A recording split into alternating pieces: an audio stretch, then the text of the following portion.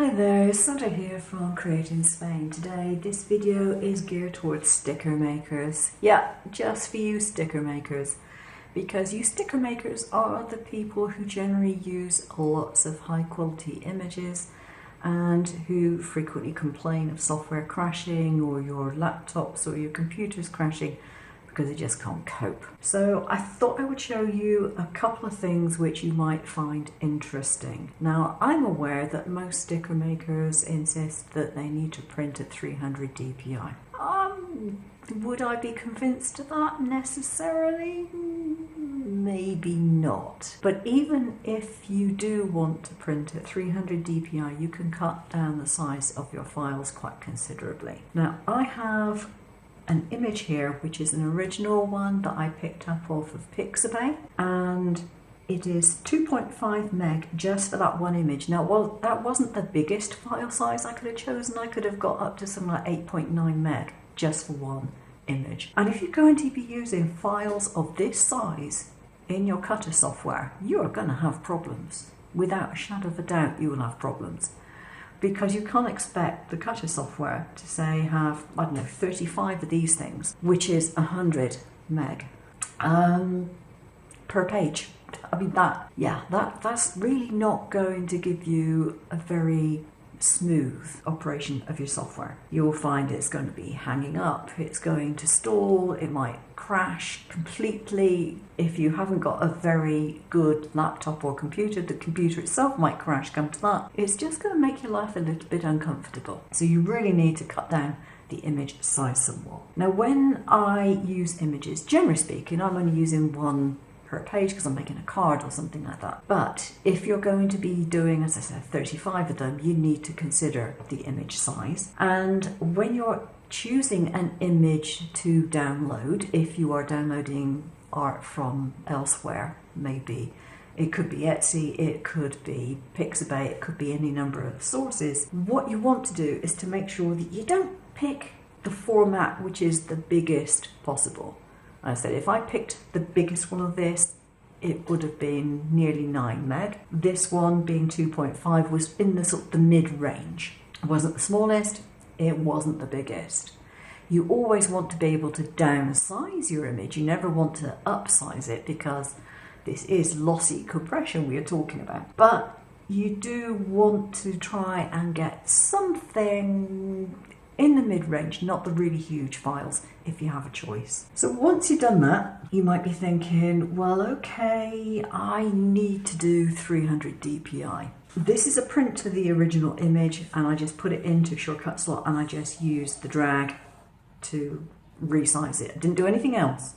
So all the information was still in that image, and I printed it off. And I've got other ones that I printed off from different pages, and this one I think was the 150 dpi.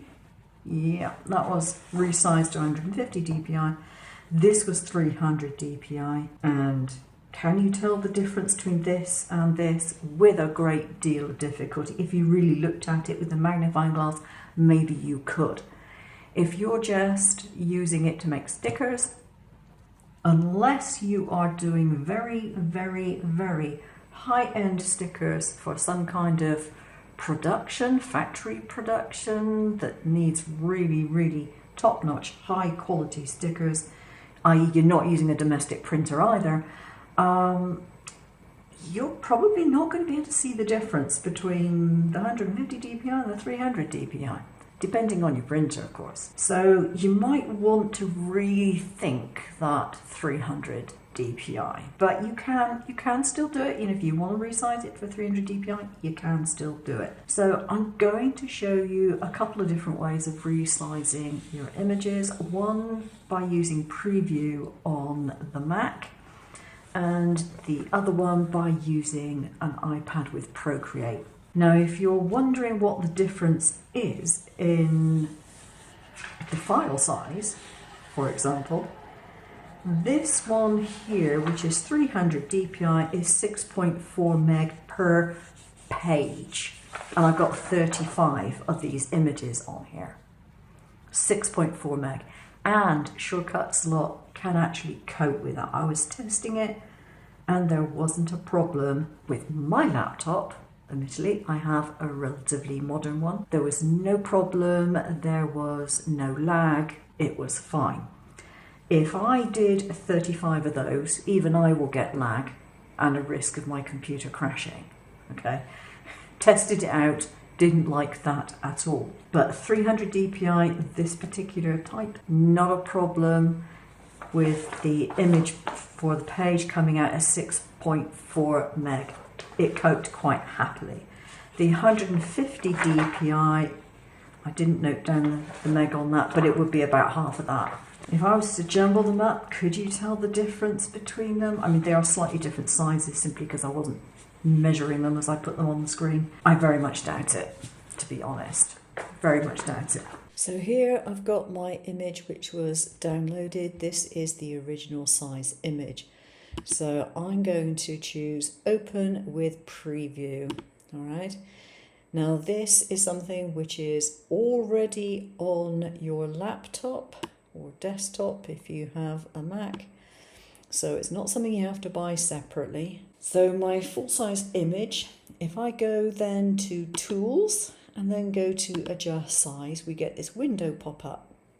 See the size of this image, it's 45.16 centimeters. That's huge. Okay, so we got this really large file, 45.16 centimeters, and it's it's 2.5 meg, which is way too big for an individual item on a sticker sheet. So we can downsize this by putting in a particular size for it, say 5 centimeters instead. Now, resolution is pixels per inch. I always think of pixels as the electronic version rather than the printed version. Does it make any difference in the long term? Oh, heaven knows. But even if I put this right up to 300, for example, we still only come out with a size of 617 kilobytes or kilobits, whatever you like to call them, whereas it was 2.5 meg. And that is perfectly acceptable because that is what I put into Shortcut Slot, whole page of them, and it didn't have an issue with those at all. Before I go to my iPad to show you how to sort this out in Procreate, however, I'm going to cancel that and I'm going to show you something else which you may have missed in preview.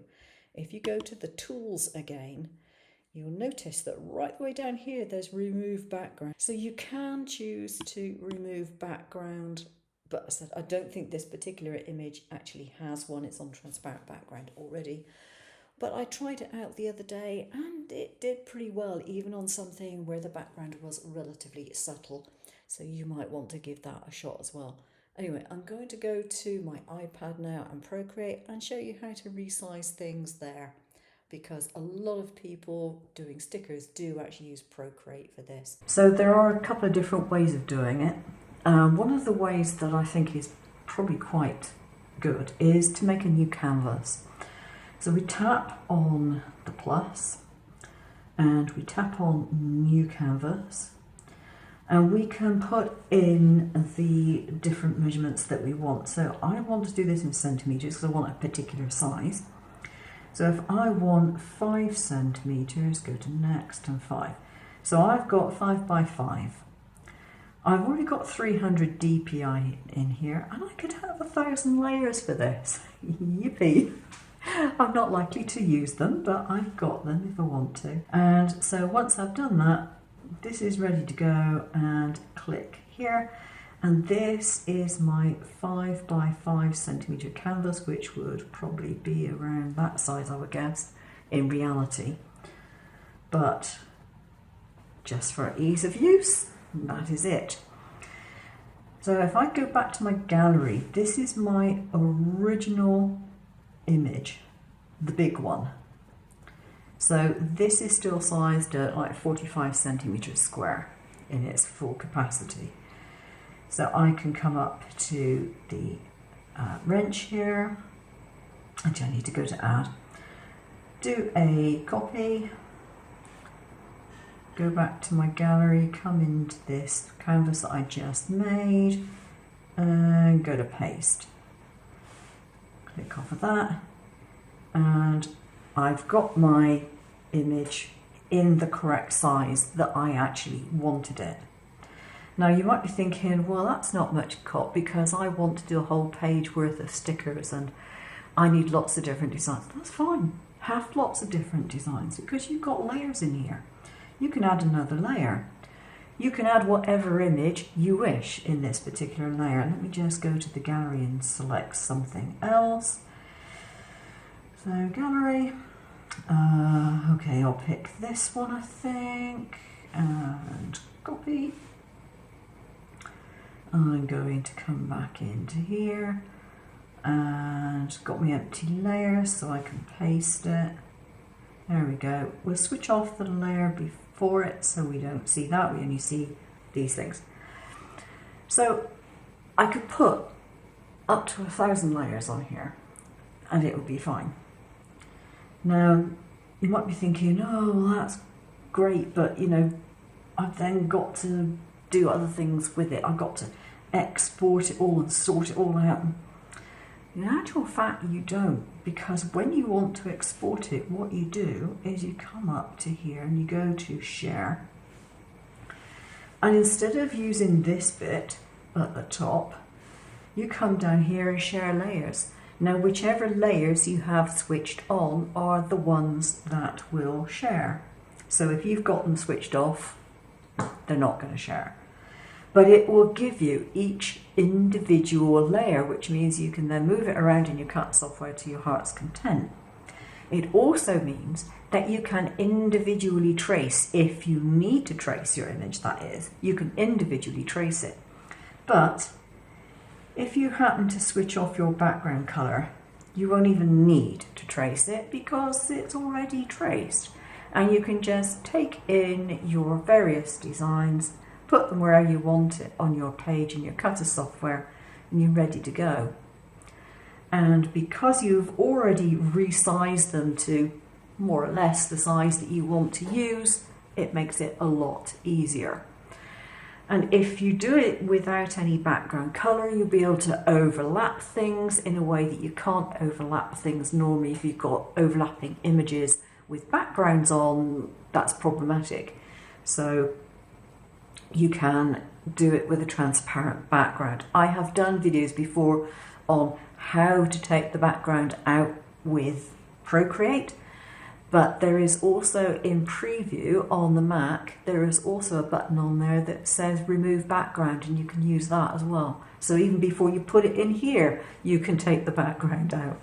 So yeah, pretty easy to do.